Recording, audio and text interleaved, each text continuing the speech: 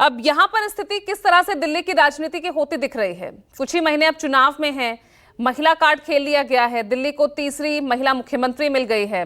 उधर सरकार वो संभालेंगी तो सड़क पर होंगे केजरीवाल।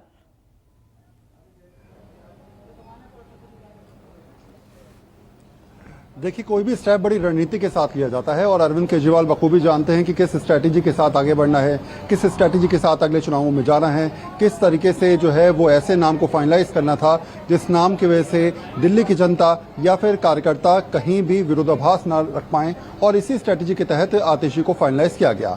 अब जो चुनौतियां आने वाली हैं वो भी समझ लेते हैं। पहली बात यह रहेगी कि आतिशी के लिए जो सबसे बड़ी चुनौती वो ये कि जितने भी रुके हुए काम हैं उनको फाइनलाइज कैसे कराया जाए।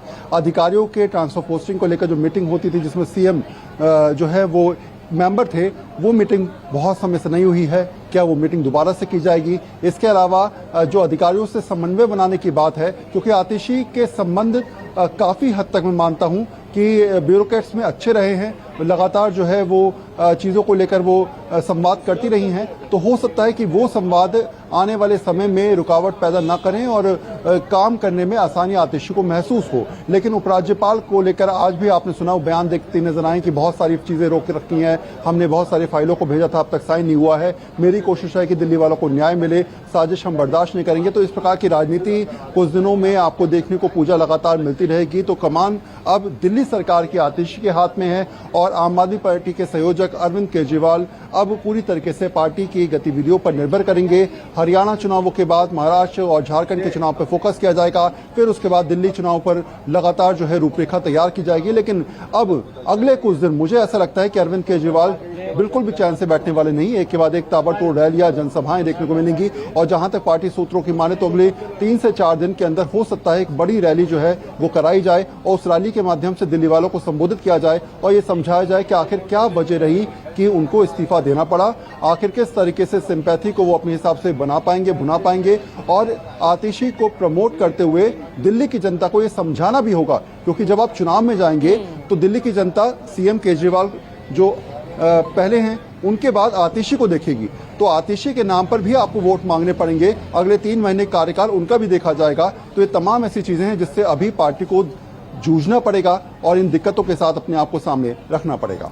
बिल्कुल। और ऐसे में पल्लवी, अब यहाँ पर आम आदमी पार्टी की स्थिति, क्योंकि ठीक है एक नया सीएम लाना, केजरीवाल का इस्तीफा देना, वो इसलिए भी बहुत जरूरी था कि आगे जो सरकारी कामकाज हैं जो आगे बढ़ नहीं पा रहे थे, जो रुके हुए थे, उनको आगे बढ़ाया जाए और अपनी उन योजनाओं के सहारे वो चुनाव में उतर पाए।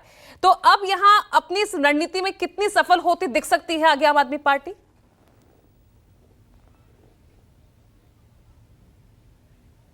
बिल्कुल, देखिए पूजा, इसमें कोई दो राय नहीं है कि अगर सरकार में काम चलाना है तो आपको ऐसे फेस को लाना पड़ेगा जिस तरीके से अरविंद केजरीवाल या मनीष सिसोदिया को डेंट किया गया कि आबकारी नीति के तहत भ्रष्टाचार किया इन्होंने और तमाम तरह की बातें हुई और जिस तरीके से जेल गए वो, तो जाहिर तौर पर उनको एक ऐसा चेहरा सामने देना था जो भ्रष्टाचार में संलिप्त ना हो, यानी कि उसका नाम किसी तरीके से भ्रष्टाचार की लिस्ट में ना घसीटा गया हो। तो जाहिर तौर पर वो नाम कौन थी? वो आतिशी थी। और आतिशी को लेकर जैसा हम लगातार चर्चा भी करते आ रहे हैं, एजुकेशन उनका काफ़ी अच्छा है, टेक्निकली बहुत साउंड है, ग्राउंड पर काफ़ी वर्क कर रही हैं। पिछले 1.5 साल से लगातार जो है कोऑर्डिनेशन चाहे पार्टी के अंदर हो चाहे दिल्ली सरकार के अधिकारियों के साथ हो, वो ज़बरदस्त तरीके से रहा है। लेकिन अब जो महत्वपूर्ण चीज़ें आ जाती है, देखिए अभी फिलहाल जो है हरियाणा चुनाव है, हरियाणा चुनाव को अभी फिलहाल अरविंद केजरीवाल साधनेंगे, लेकिन उसका जो ज़मीन तैयार कर रहे हैं वो दिल्ली से ज़मीन तैयार कर रहे हैं। कैसे? तो दिल्ली का फेस बदल दिया। अब क्या है कि चुनौती आतिशी लेंगी, लेकिन स्ट्रैटेजी जो है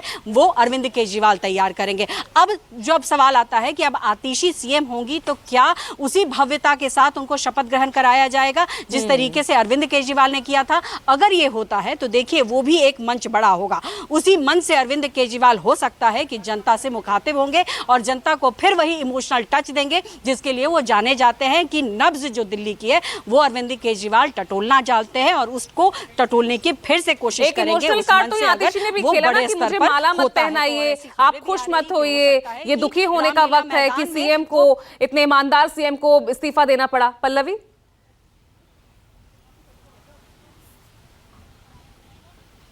देखिए, इसमें तो कोई दो राय नहीं, ऐसा तो उनको बोलना ही था। देखिए, अगर उनका नाम आगे आया है तो कहीं ना कहीं वो भरोसा था अरविंद केजरीवाल और मनीष सिसोदिया और तमाम बड़े नेता को कि वही वो नाम है। जैसे जैसे अरविंद केजरीवाल चीज़ों को रखेंगे या स्ट्रैटेजी बनाएंगे, उसको आतिशी फॉलो करेंगे, और फॉलो ही नहीं करेंगी, उसको बखूबी निभाएंगे भी, और अपने तरीके से भी पार्टी को मजबूत करना जानती हैं वो। तो इसीलिए उनको मुख्यमंत्री बनाया गया है। और इसीलिए देखिए, पार्टी का बड़ा नेता है और 3 महीने के लिए साफ तौर पर कहा जा रहा है कि 3 से 4 महीने के लिए वो चेहरा होंगी। उसके बाद जो चुनाव होगा, उस चुनाव में चेहरा आतिशी नहीं होंगी, अरविंद केजरीवाल होंगे। तो पार्टी के विधायक नेता ये तो जानते हैं कि आने वाले चुनाव में सीएम कौन होगा, सीएम का चेहरा कौन होगा, वो अरविंद केजरीवाल। वो आज से वो बोल रहे हैं कि देखिए, जिम्मेदारी मुझे दी गई है, उसको मैं निभाऊंगी, लेकिन अरविंद केजरीवाल को भूलने की जरूरत नहीं है। अरविंद केजरीवाल आने वाले समय के सीएम होंगे। दिल्ली की जनता को ये बार बार बताया जाएगा, और इनका ये काम होगा कि जो भी काम रुके हुए हैं उस काम को जल्द से जल्द पूरा किया जाए, या फिर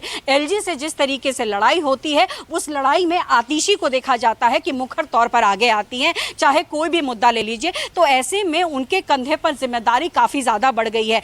यहाँ मैं ये मानती हूँ, और जैसे हमारे सहयोगी कह रहे थे, देखिए, अरविंद केजरीवाल के लिए चुनौतियां बहुत है, क्योंकि राष्ट्रीय स्तर को भी उनको देखना है, लेकिन दिल्ली के लिए इस वक्त आतिशी के कंधे पर जिस तरीके की जिम्मेदारी दी गई है वो भी बहुत बड़ी है, क्योंकि यहीं से वो तैयारी शुरू होगी कि आने वाले दिल्ली के चुनाव में आतिशी का परफॉर्मेंस क्या रहता है, उसके बिहाफ पर अरविंद केजरीवाल क्या स्ट्रैटेजी तैयार करते हैं, जिससे कि जो सीट इस वक्त 62 है वो बढ़ती है, वो या फिर घट जाती है। तो कुल मिला के देखिए, बहुत सोच समझ के ये प्लान किया गया है, और आगे और भी इसी तरीके की स्ट्रैटेजी सामने आएगी, जिससे कि आम आदमी पार्टी लोगों के बीच में फिर से उसी परसेप्शन को बिठा पाए कि हम ईमानदार है। हमारी ईमानदारी की छवि को विपक्ष ने डेंट करने की कोशिश की, जबकि उनके पास न कोई सबूत था और ना ही किसी तरीके का आधार था। बावजूद इसके लगातार विपक्ष हमला करता रहा। ये भी वो कहेगी कि देखिए, हमारे सीएम ने अपनी सत्ता का लोभ नहीं किया, और वो बात जेल से जब बाहर आए तो उन्होंने सत्ता का लोभ छोड़ा, कुर्सी छोड़ दी